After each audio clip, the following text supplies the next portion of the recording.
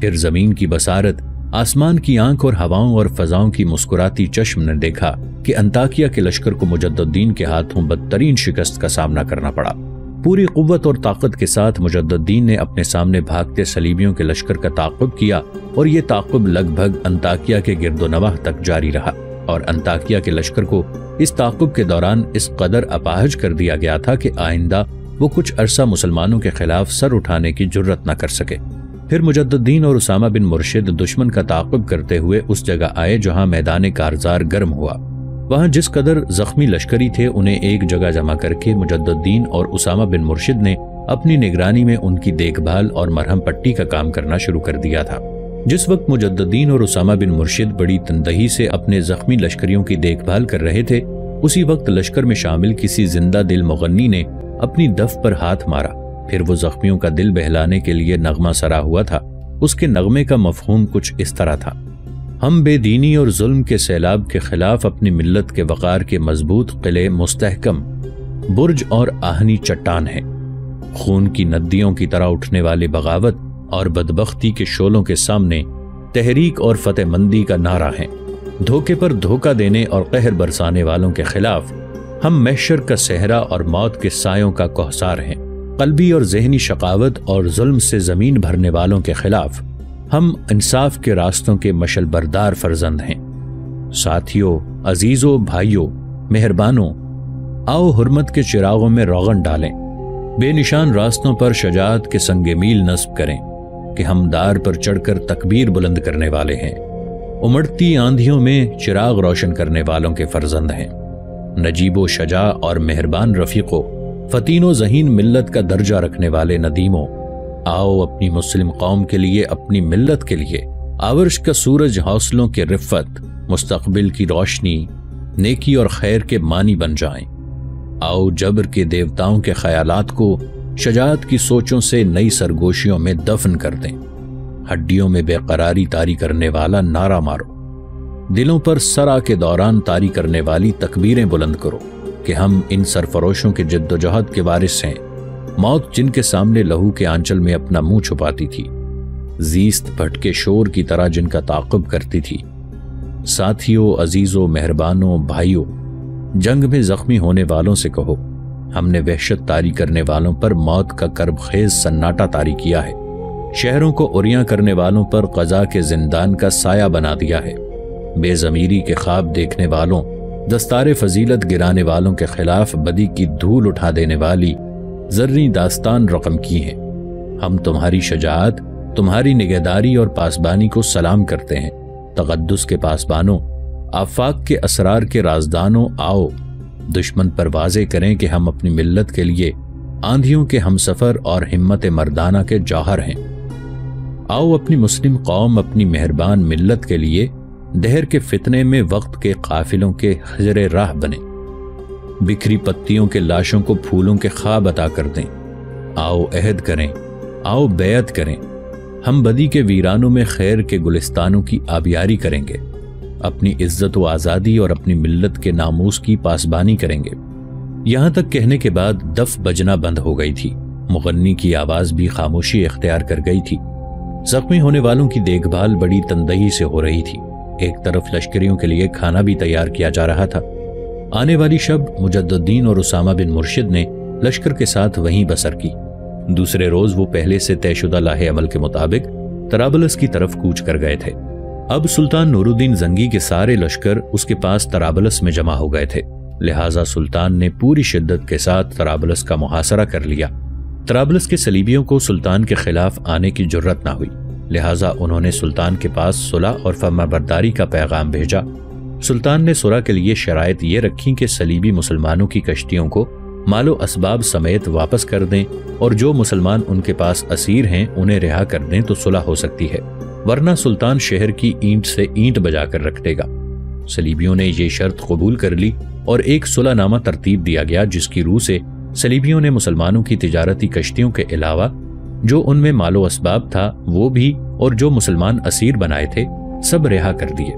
اس طرح سلطان نور الدین زنگی اپنی اس مہم کو کامیاب اور کامران بنانے کے بعد اپنے لشکر کے ساتھ دمشق کا رخ کر گیا تھا۔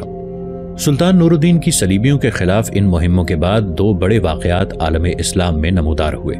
پہلا یہ کہ مصر میں صلاح الدین کا باپ نجم الدین ایوبی فوت ہو گیا۔ دراصل نجم الدین ایوبی کو سلطان نور الدین کی طرح چوگان کھیلنے کا بڑا شوق تھا۔ مورخین لکھتے ہیں کہ نجم الدین ایوبی سفر میں چوگان کھیلتے ہوئے اپنے گھوڑے کو اس قدر تیزی سے دوڑایا کرتا تھا کہ دیکھنے والے کو گھوڑے کی رفتار دیکھ کر وحشت ہوا کرتی تھی۔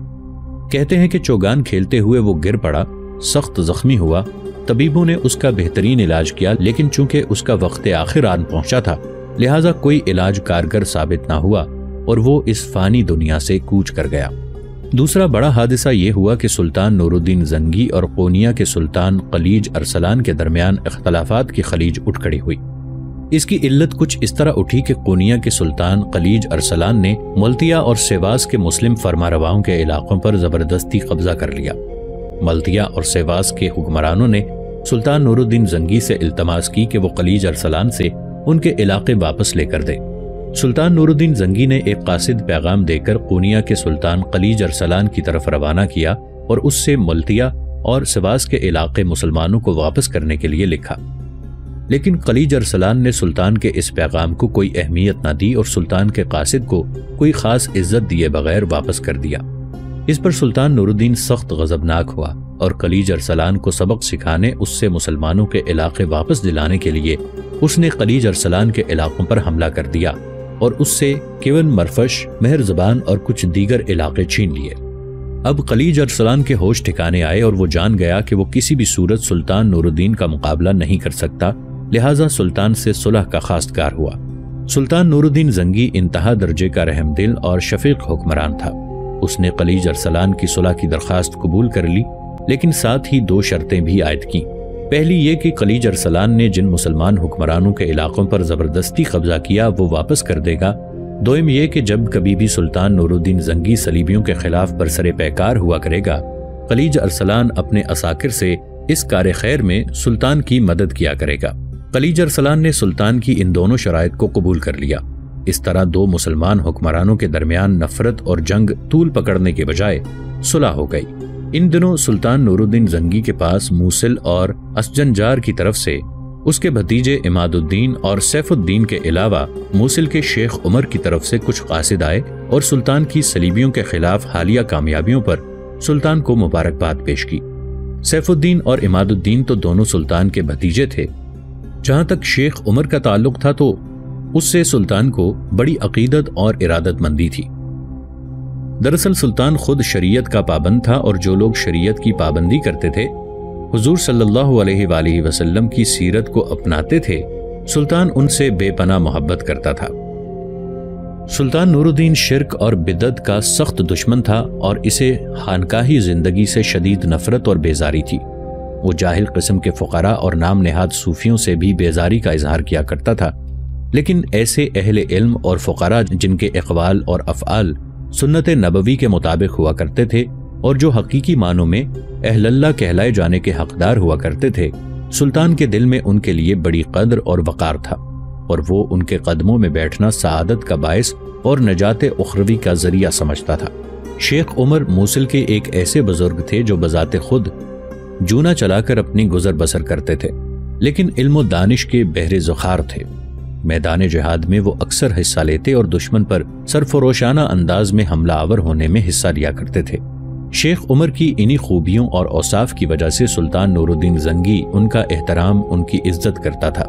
شیخ عمر کے متعلق سلطان نور الدین زنگی کی یہ کیفیت تھی کہ جب کبھی بھی وہ موصل جاتا ہمیشہ شیخ عمر کے ہاں قیام کرتا اور ان کے دسترخوان کی روکھی سوکھی کو اپنے لیے بیش بہا نعمت سمجھتا۔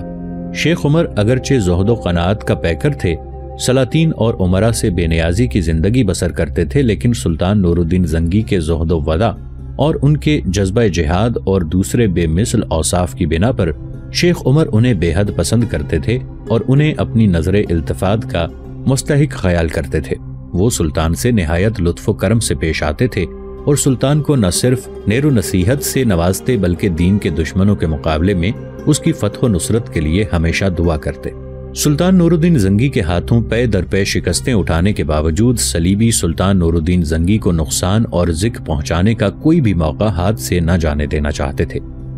گو ہر میدان میں، ہر رزم گاہ میں سلطان نور الدین زنگی نے انہیں بدترین شکستیں دی تھیں، اور جو علاقے گزشتہ صلیبی جنگوں میں اہل یورپ کے ساتھ مل کر صلیبیوں نے چھینے تھے، ان میں سے اکثر علاقے سلطان نے چھین کر اپنی مملکت میں شامل کر لیے تھے۔ اس کے باوجود صلیبی یہ امید لگائے بیٹھے تھے کہ کسی نہ کسی روز وہ نور الدین زنگی کو اپنے سامنے ڈھیر کرنے کے بعد اپنے علاقوں پر دوبارہ قبضہ کر لیں گے، جو سلطان نور الدین زنگی نے ان سے چھینی ہیں۔ ان دنوں صلیبیوں کو ایک اور امید کی لچک دکھائی دی، وہ اس طرح کہ ایک رومن سالار جسے وہ رومن شہزادہ سمجھتے تھے، کچھ یورپی صلیبیوں کے ساتھ ایشیا میں داخل ہوا۔ اس کے ساتھ جو لوگ تھے وہ دنیا کے مانے ہوئے تیغزن اور گلیڈیٹر خیال کیے جاتے تھے، اور خود اس رومن سالار کا خیال تھا کہ کوئی طاقت اسے اور اس کے ساتھیوں کو شکست نہیں دے سکتی۔ اس کی اس لافزنی سے صلیبیوں کو بھی کچھ حوصلہ ہوا، اور انہوں نے اسے ترغیب دی کہ وہ سلطان نور الدین زنگی کے علاقوں پر حملہ آور ہو۔ اس پر رومن سالار مران پر حملہ آور ہوا، اور اس کے نواحی علاقوں پر اس نے ترکتاز لوٹ مار کا بازار گرم کر دیا، اور سمسکین کے نام کے ایک قصبے کے قریب اس نے پڑاؤ کر لیا۔ سلطان کے مخبروں نے جب واقعے کی اطلاع دی تو سلطان اپنے لشکر کے ساتھ نکلا۔ حیرت کا مقام یہ ہے کہ سلطان کے کوچ کا سن کر ہی اس رومن سالار کے پاؤں تلے سے زمین نکل گئی تھی۔ جس بستی کے پاس اس نے پڑاؤ کر رکھا تھا وہاں سے اس نے پڑاؤ فوراً اٹھایا۔ ساتھ ہی اس کے مخبروں نے یہ بھی اطلاع دی کہ سلطان بڑی برق رفتاری کے ساتھ اس کا رخ کر رہا ہے اور آتے ہی ان پر حملہ آور ہوگا۔ یہ خبر ان میں مزید خوف و ہراس پیدا کر گئی، اور وہ رومن سالار سمسکین سے اٹھ کر اشترا کے مقام پر جو ذرا فاصلے پر تھا پڑاؤ کر گیا، پھر وہاں سے بھی بھاگ کر شلامہ چلا گیا۔ سلطان کو بھی پورے حالات سے اس کے طلایہ گر خبریں دے رہے تھے، لہٰذا سلطان اپنے لشکر کے ساتھ اشترا کے مقام پر مقیم ہو گیا، اور اپنے ایک سالار کو اس نے لشکر کا چھوٹا سا حصہ دے کر تبریہ کی طرف روانہ کیا۔ چھوٹے سے لشکر کے ذمے سلطان نے یہ کام لگایا تھا کہ جس طرح اس رومن سالار نے ہران کے نواح میں مسلمانوں کے علاقوں میں داخل ہو کر یلغار اور ترکتاز کی ہے، مسلمانوں کو نقصان پہنچایا ہے، اسی طرح لشکر کا وہ حصہ بھی نصرانیوں کے علاقوں میں داخل ہو کر انہیں اسی طرح نقصان پہنچائے، اور جو کچھ مال ہاتھ لگے وہ ان لوگوں میں تقسیم کر دیا جائے جن کا ہران کے نواح میں نقصان ہوا ہے۔ لشکر کے اس حصے نے تبریہ کے نواحی علاقے میں انتہائی کامیاب اور سودمند شبخون مارے اور کثیر مال غنیمت لے کر اشترا کا رخ کیا، جہاں سلطان نور الدین زنگی نے لشکر کے باقی حصے کے ساتھ قیام کر رکھا تھا۔ کہتے ہیں راستے میں مخاسا کے مقام پر رومن شہزادہ اپنے لشکر کے ساتھ مال غنیمت لے جانے والے سلطان کے لشکر کی راہ روکے کھڑا ہوا، لیکن آفرین ہے سلطان کے لشکر کے چھوٹے سے حصے پر کہ جب اس کی مڈ بھیڑ صلیبیوں سے ہوئی تو دونوں میں گھمسان کی جنگ ہوئی۔ مورخین لکھتے ہیں کہ یہ جنگ لگاتار لگ بھگ 6 گھنٹے تک جاری رہی، اور بالآخر سلطان کے اس چھوٹے سے لشکر نے ان نامور اور اپنے آپ کو ناقابل تسخیر سمجھنے والے رومنوں کو بدترین شکست دی اور انہیں بھاگ جانے پر مجبور کر دیا۔ اس طرح تبریہ پر شبخون مارنے والا سلطان نور الدین زنگی کا لشکر وہ حصہ مال غنیمت لے کر سلطان کے پاس پہنچ گیا۔ مورخین لکھتے ہیں کہ صلیبیوں کے خلاف نور الدین زنگی کی یہ آخری جنگ تھی جس میں بذات خود اس نے حصہ لیا۔ انہی دنوں مصر میں صلاح الدین کے لیے 3 افتاد بلائیں اٹھ کھڑی ہوئیں، پہلی یمن میں، دوسری مصر کی سرزمین میں حبشیوں کی بغاوت، اور تیسری ایک شخص عمار یمنی کی سازش تھی۔ جہاں تک یمن کا تعلق ہے وہاں ایک شخص عبد النبی بن مہدی خارجی نے خروج کیا، اور یمن پر اس نے تسلط جما لیا، اور بنو عباس کا خطبہ اس نے موقوف کر کے اپنا خطبہ جاری کر دیا۔ صلاح الدین کو جب اس کی خبر ہوئی تو اس نے اپنے بڑے بھائی شمس الدین کو یمن پر حملہ آور ہونے کے لیے روانہ کیا۔ شمس الدین توران شاہ پہلے مکہ معظمہ پہنچا اور وہاں سے زبیدہ پہنچا، جہاں عبد النبی بن مہدی خارجی نے ایک بہت بڑا لشکر جمع کر رکھا تھا۔ یہاں صلاح الدین کا بھائی توران شاہ اس ہولناکی اور اس قوت کے ساتھ عبد النبی نام کے باطنی پر حملہ آور ہوا کہ اپنے پہلے ہی حملے میں توران شاہ نے اسے بدترین شکست دی اور وہ بھاگ کھڑا ہوا۔ وہاں توران شاہ نے سیف الدولہ کو اپنا نائب مقرر کیا اور خود اس نے عدن کا رخ کیا۔ عدن پر حملہ آور ہوا، اس پر قبضہ کرنے کے بعد وہ محلاف، صنع اور مدینۃ الجنہ کو فتح کرتا ہوا واپس زبیدہ آیا۔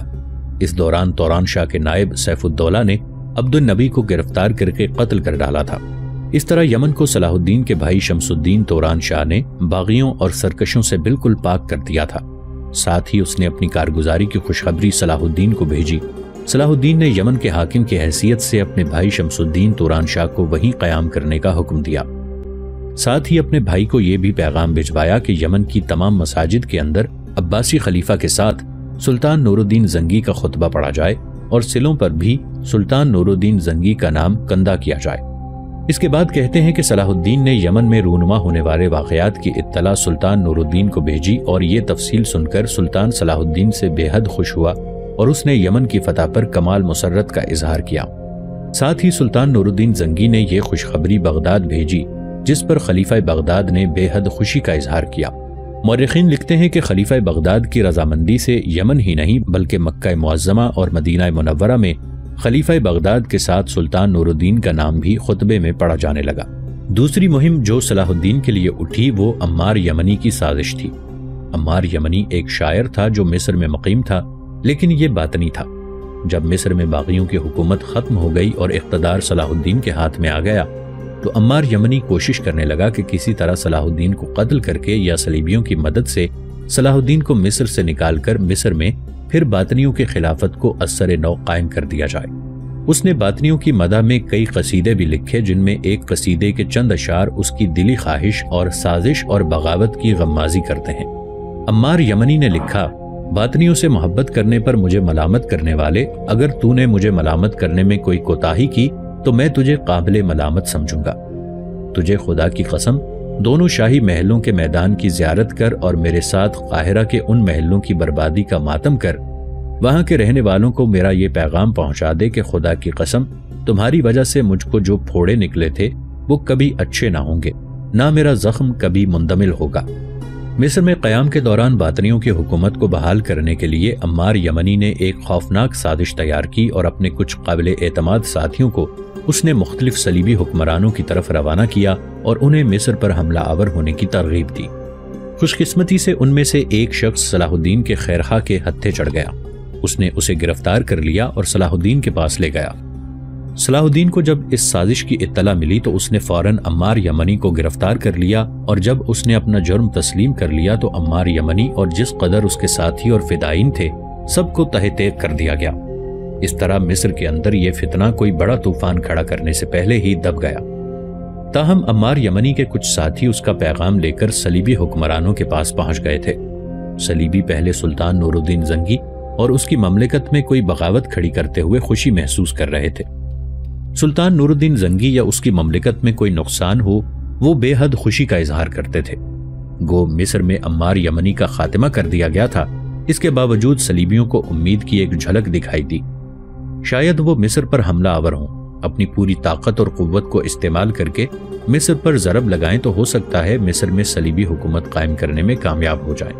صلیبی حکمران ابھی انہی خیالات سے متعلق سوچ رہے تھے کہ مصر کے اندر ایک تیسرا حادثہ رونما ہوا، جس سے صلیبیوں کی حوصلہ افزائی کی اور سارے صلیبیوں نے آپس میں مشورہ کر کے بہت بڑا اور متحدہ لشکر تیار کیا تاکہ مصر پر ناقابل برداشت ضرب لگائی جا سکے۔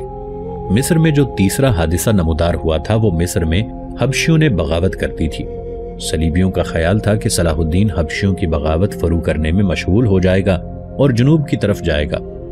مصر کے شمالی حصے کو بالکل فراموش کر کے وہاں اس کا کوئی لشکر نہیں ہوگا، اور اگر اس کی موقع پر جب وہ حبشیوں کے خلاف برسر پیکار ہوگا وہ شمال سے نمودار ہو کر مصر پر یلغار کر دیں تو کوئی طاقت انہیں مصر پر اپنی حکومت قائم کرنے سے روک نہ سکے گی۔ لیکن صلاح الدین بڑا دانش و بینش رکھنے والا سالار تھا۔ وہ جانتا تھا کہ مصر کی بغاوت سے صلیبی فائدہ اٹھانے کی کوشش کریں گے، لہٰذا اس نے بہترین بصیرت کا مظاہرہ کیا۔ وہ خود اس بغاوت کو فرو کرنے کے لیے نہیں نکلا بلکہ قاہرہ ہی میں رہا۔